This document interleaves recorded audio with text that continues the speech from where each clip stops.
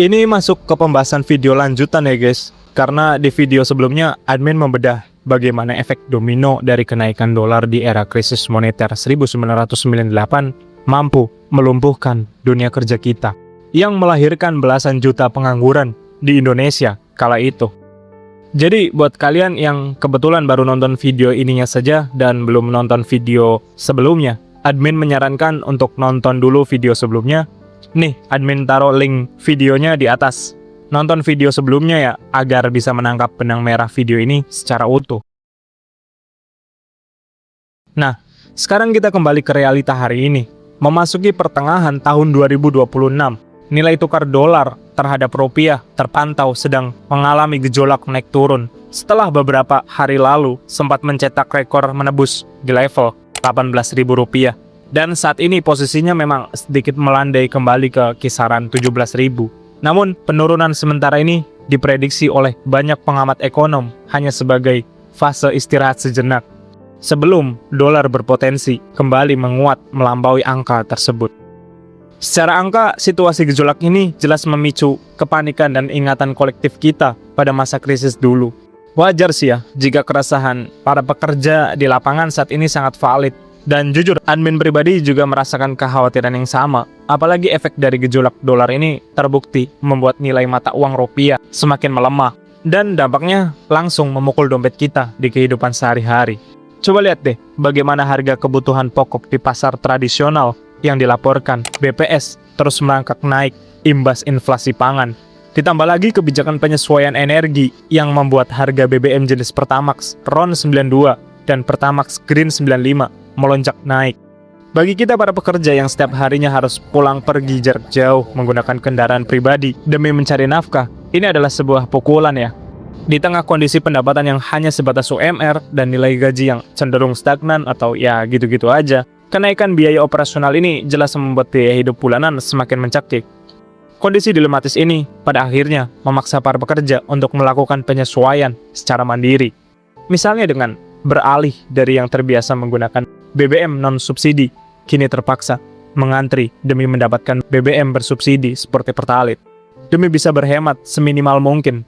Belum lagi ditambah kebutuhan-kebutuhan hidup lainnya yang ikut merangkak naik. Jadi ya benar-benar mode hemat ini. Lantas, bagaimana sebenarnya kondisi kita hari ini? Apakah gejolak naik turunnya nilai mata uang ini menjadi pertanda awal kalau kita akan kembali memasuki era krisis yang berujung pada badai PHK massal seperti tahun 1998 silam? Untuk mencoba menjawab rangkaian pertanyaan besar tadi, mungkin kita kilas balik sebentar ya, melihat sejarah yang pernah terjadi di era krisis tahun 1998 yang sempat admin bahas sebelumnya.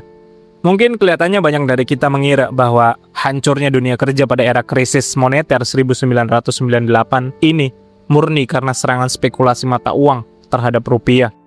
Namun, jika kita bedah dokumen riset ketenaga kerjaan dari IPB Repository, akar masalahnya sebenarnya jauh lebih mendalam, yaitu seperti lemahnya fungsi pengawasan regulasi, seperti regulasi makroekonomi, dan ketenaga kerjaan dari pemerintah itu sendiri. Kenapa demikian? Berdasarkan data fakta dalam riset tersebut, kelemahan ini ditandai dengan pembiaran keran utang luar negeri swasta jangka pendek yang mengalir ugal-ugalan tanpa adanya aturan wajib pelindung nilai atau hedging.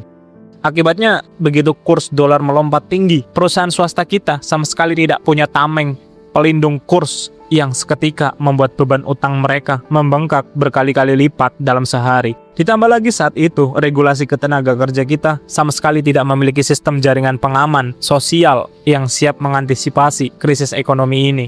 Akibat lambatnya respon kebijakan dalam mengontrol gelembung utang swasta ini, begitu badai finansial datang, penularannya langsung melumpuhkan sektor industri dan memicu PHK massal secara instan. Lantas, bagaimana dengan era sekarang? Bagaimana nasib dan peran pemerintah kita hari ini dalam mengawal gejolak kurs yang sedang terjadi? Mungkin secara kebijakan makro, otoritas kita ini harusnya sudah jauh lebih siap ya, dan banyak belajar dari masa lalu.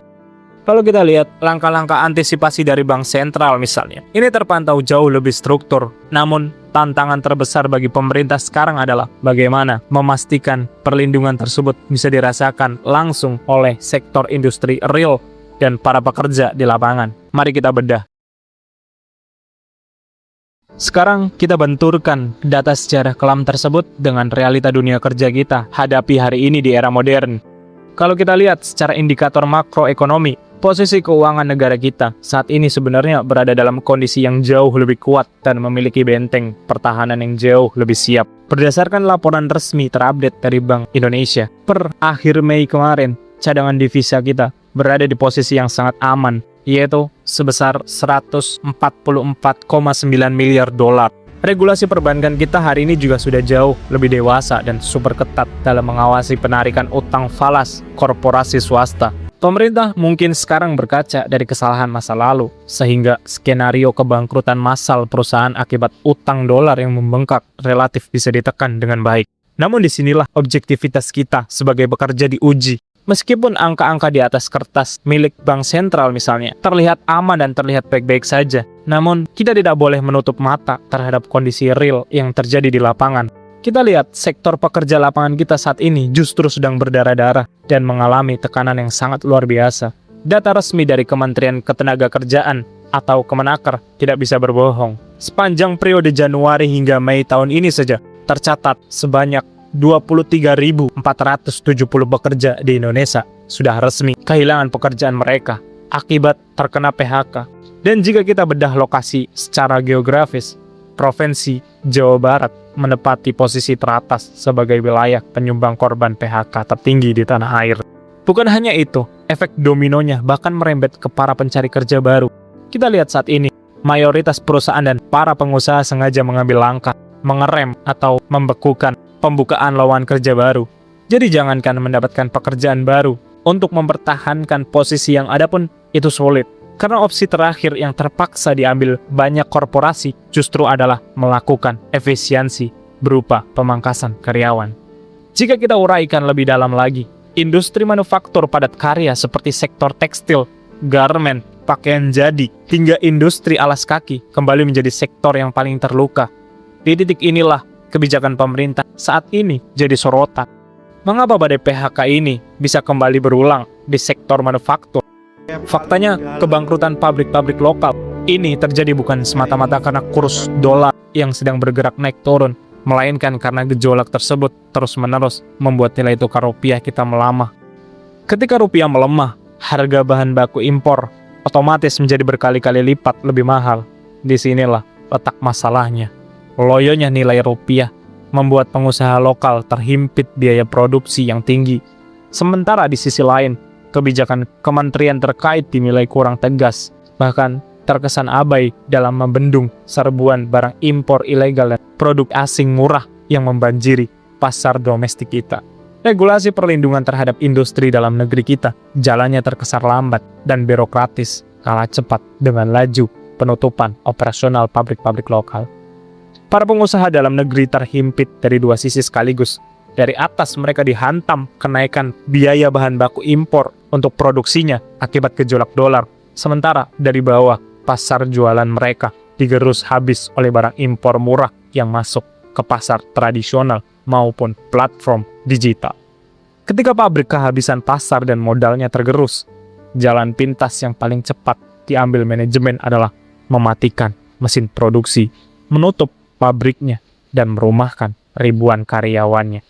Ini adalah realita pahit di lapangan saat ini yang tidak boleh ditutupi oleh narasi cadangan devisa yang kuat. Lalu, jika skenario terburuk itu seperti krisis 1998 terjadi menimpa kita di era sekarang, seberapa kuat aturan hukum negara mampu melindungi nasib para pekerjanya? Kita lihat secara regulasi formal. Struktur perlindungan hukum bagi pekerja di zaman sekarang memang diakui jauh lebih struktur dan tertata rapi jika dibanding dengan era tahun 1998 silam. Saat ini, hak-hak mengenai pemutusan hubungan kerja dan formula perhitungan nilai pesangon sudah diatur secara tertulis melalui peraturan pemerintah nomor 35 tahun 2021 sebagai turunan dari Undang-Undang Cipta Kerja. Selain itu, Negara juga sudah mendirikan jaringan pengaman sosial baru yang bernama Program Jaminan Kehilangan Pekerjaan atau JKP yang dikelola langsung oleh BPJS Ketenagakerjaan. Di atas kertas, sistem program JKP ini terdengar sangat ideal dan solutif. Bagi pekerja yang terdaftar aktif dan terpaksa terkena PHK misalnya, mereka berhak mendapatkan bantalan finansial berupa uang saku tunai setiap bulannya selama maksimal 6 bulan. Dapat juga akses informasi pasar kerja hingga fasilitas pelatihan kerja gratis untuk bekal mencari karir baru. Aturannya terlihat sangat indah dan menenangkan bagi siapa saja yang memahaminya. Namun, mari kita benturkan aturan di atas kertas ini dengan realita birokrasi di lapangan, di mana sistem pengawasan dari pemerintah kembali harus kita pertanyakan secara serius. Faktanya di lapangan, banyak sekali rekan-rekan pekerja yang mengeluhkan rumitnya prosedur dan birokrasi yang harus dilalui hanya demi mencairkan dana manfaat JKP tersebut. Syarat-syarat dokumen yang diminta seringkali tumpang tindih dan memakan waktu berbulan-bulan. Padahal uang tunai tersebut sangat dibutuhkan secara instan untuk menyambung hidup pasca kehilangan pekerjaan. Tidak hanya itu, lemahnya penegakan hukum dari Dinas Ketenagakerjaan juga membuat banyak celah dalam aturan baru ini kerap dimanfaatkan oleh oknum perusahaan nakal. Banyak modus perusahaan yang sengaja mengubah status karyawan tetap menjadi kontrak dalam sepihak atau memotong nilai hak pesangon dengan alasan efisiensi tanpa adanya audit keuangan yang transparan. Itu tidak semua perusahaan, itu hanya oknum. Aturan hukum perlindungan yang sudah dibuat dengan sangat modern, tetapi jika fungsi pengawasan pemerintah di lapangan masih loyo, maka jaring pengaman tersebut tidak lebih dari sekedar pemanis dokumen di atas meja birokrat. Namun semua perdebatan soal pesangon dan rumitnya birokrasi JKP tadi sebenarnya baru membahas nasib pekerja di sektor formalnya saja. Yang jadi pertanyaan, bagaimana dengan nasib rekan-rekan kita yang mengadu nasib di sektor non-formal atau informal? Faktanya kalau kita lihat data resmi Badan Pusat Statistik atau BPS mencatat bahwa lebih dari 60% penduduk bekerja di Indonesia justru menggantungkan hidupnya di sektor informal. Ambil contoh, mereka itu adalah jutaan pengemudi ojek online, pekerja UMKM, buruh harian lepas, hingga pekerja serabutan. Bagi kelompok mayoritas ini, jangankan berharap mendapatkan pesangon bernilai belasan bulan gaji atau bantalan uang tunai dari program JKP, sistem jaringan pengaman negara di atas kertas tadi sama sekali tidak menyentuh kehidupan mereka. Ketika gejolak dolar di bursa saham membuat nilai rupiah kita semakin melemah, kita langsung dihadapkan pada kenyataan pahit. Harga kebutuhan pokok melesat tinggi imbas inflasi pangan, daya beli masyarakat otomatis melemah. Imbasnya omset UMKM kecil misalnya, ini langsung anjlok. Dan orderan ojek online mungkin sepi karena orang-orang mulai berhemat. Kelompok non-formal ini dipaksa menghadapi amukan krisis secara langsung, tanpa tameng hukum apapun. Saat ekonomi melambat, pendapatan mereka bisa hilang dalam sehari. Dan mereka harus memutar otak sendiri agar dapur rumah tangga bisa tetap menyala setiap harinya tanpa sedikit pun bantuan pesangon dari aturan undang-undang negara. Ketimbangan jaminan inilah yang menjadi PR terbesar yang kerap luput dari pengawasan pemerintah saat ini. Sebab realitanya hari ini, mau kita bekerja di sektor formal dengan status UMR yang stagnan ataupun bertahan di sektor informal yang pasarnya lagi sepi, beban hidup yang kita pikul semuanya sama beratnya. Ketika dolar bergejolak yang mengakibatkan rupiah kita semakin melemah, kita langsung dihadapkan pada harga kebutuhan pokok yang melesat tinggi imbas inflasi pangan. Biaya penyesuaian bensin Pertamax misalnya, yang mencekik kita, hingga mau nggak mau, kita menggunakan Pertalite dan harus mengantri untuk mendapatkan BBM tersebut. Kita dipaksa menghadapi semua tekanan itu di tengah sempitnya lapangan pekerjaan baru, karena pengusaha juga lagi mode bertahan hidup. Pada akhirnya, kita, kelas pekerja, dipaksa untuk terus mengalah dan berhemat di batas kemampuan paling minim, hanya demi memastikan dapur keluarga bisa tetap menyala setiap harinya.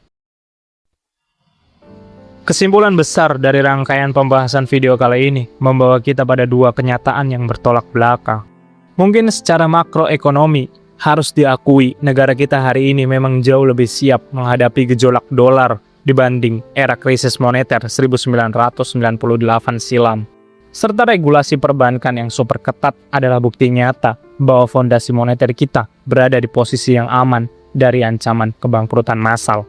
Namun, di sisi lain, data sektor real di tingkat bawah angka resmi Kementerian Ketenagakerjaan yang mencatat adanya 23.470 korban PHK hanya dalam waktu 5 bulan pertama di tahun ini membuktikan bahwa badai pengangguran para pekerja di industri manufaktur padat karya seperti garmen dan tekstil adalah fakta nyata yang sedang terjadi.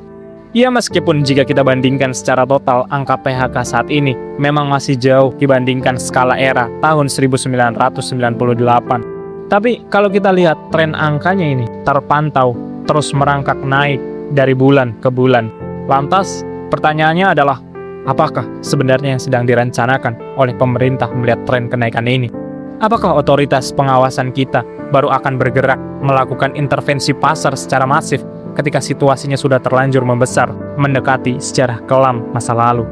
Artinya, tantangan terbesar hari ini bukan lagi soal keruntuhan sistem keuangan seperti tahun 1998, melainkan bagaimana bertahannya daya beli masyarakat di tengah hantaman inflasi pangan, lonjakan harga BBM, dan inflasi bahan pangan. Ketika gejolak dolar di bursa saham membuat nilai rupiah kita semakin melemah, dampak langsung dirasakan oleh seluruh lapisan pekerja, mulai dari pekerja formal yang harus bertahan dengan standar upah UMR yang cenderung jalan di tempat, hingga lebih dari 60% penduduk kita di sektor informal yang harus menghadapi sepinya pasar dan ketidakpastian omset tanpa adanya jaringan pengaman pesangon dari aturan undang-undang negara. Pada akhirnya, data-data fakta ini memperlihatkan bahwa meskipun benteng pertahanan ekonomi negara kita kokoh di atas kertas, di lapangan kita, kelas pekerja, masih harus berjuang ekstra keras menghadapi tekanan biaya hidup bulanan yang semakin nyata. Bagaimana dengan kondisi di sekitar kalian saat ini? Admin mau dengar pendapat kalian. Terima kasih yang sudah menonton video ini. Jika kalian suka, tekan tombol like, share, dan subscribe agar membantu channel ini bisa terus berkembang.